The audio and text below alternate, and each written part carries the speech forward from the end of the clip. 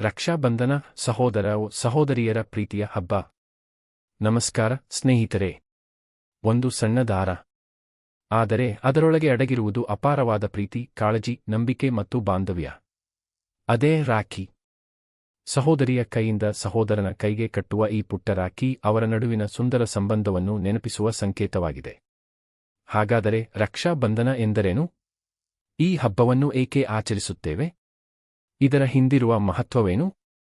ಬನ್ನಿ ತಿಳಿದುಕೊಳ್ಳೋಣ. ರಕ್ಷಾಬಂಧನ ಎಂದರೇನು? ರಕ್ಷಾಬಂಧನವನ್ನು ಸಾಮಾನ್ಯವಾಗಿ ಶ್ರಾವಣ ಮಾಸದ ಹುಣ್ಣಿಮೆಯೆಂದು ಆಚರಿಸಲಾಗುತ್ತದೆ. ಈ ದಿನ ಸಹೋದರಿ ತನ್ನ ಸಹೋದರನ ಕೈಗೆ ರಾಖಿ ಕಟ್ಟುತ್ತಾಳೆ. ಸಹೋದರನು ಸಹೋದರಿಯ ಮೇಲಿನ ಪ್ರೀತಿ, ಗೌರವ ಮತ್ತು ಕಾಳಜಿಯನ್ನು ವ್ಯಕ್ತಪಡಿಸುತ್ತಾನೆ. ಆದರೆ ರಕ್ಷಾಬಂಧನ ಕೇವಲ ರಾಖಿ ಕಟ್ಟುವ ಆಚರಣೆಯಲ್ಲ. ಇದು ಕುಟುಂಬದ ಸಂಬಂಧಗಳನ್ನು ಮತ್ತಷ್ಟು ಗಟ್ಟಿಗೊಳಿಸುವ ಒಂದು ಸುಂದರ ಸಂದರ್ಭ.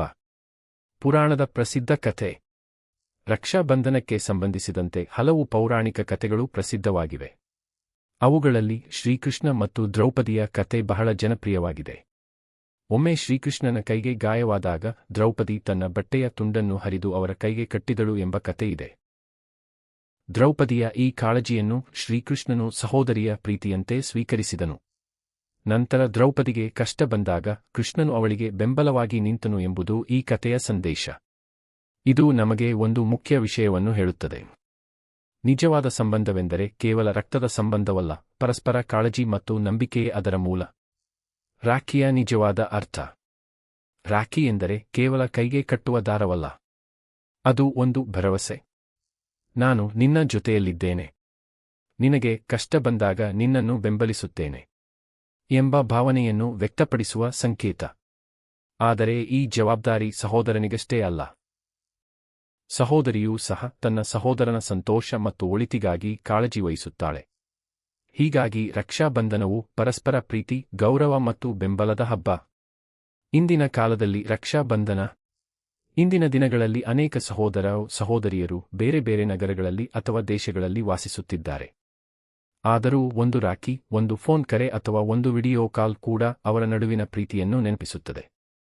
ದೂರ ಎಷ್ಟೇ ಇದ್ದರೂ ಸಹೋದರಿಯರ ಬಾಂಧವ್ಯಕ್ಕೆ ದೂರ ಎಂಬುದು ಅಡ್ಡಿಯಾಗುವುದಿಲ್ಲ. ಈ ದಿನ ದುಬಾರಿ ಉಡುಗೊರೆಗಿಂತ ಒಬ್ಬರಿಗೊಬ್ಬರು ನೀಡುವ ಸಮಯ ಮತ್ತು ಪ್ರೀತಿಯೇ ಹೆಚ್ಚು ಅಮೂಲ್ಯ. ಕೊನೆಯ ಮಾತು.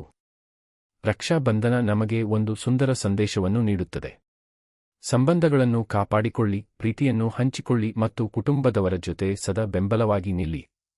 ರಾಖಿಯ ದಾರ ಚಿಕ್ಕದಾಗಿರಬಹುದು, ಆದರೆ ಅದರ ಅರ್ಥ ಬಹಳ ದೊಡ್ಡದು. ಈ ರಕ್ಷಾಬಂಧನದಂದು ಎಲ್ಲಾ ಸಹೋದರಿಯರ ಬಾಂಧವ್ಯ ಇನ್ನಷ್ಟು ಗಟ್ಟಿಯಾಗಲಿ. ಎಲ್ಲರ ಜೀವನದಲ್ಲಿ ಸಂತೋಷ, ಪ್ರೀತಿ ಮತ್ತು ಯಶಸ್ಸು ತುಂಬಿರಲಿ.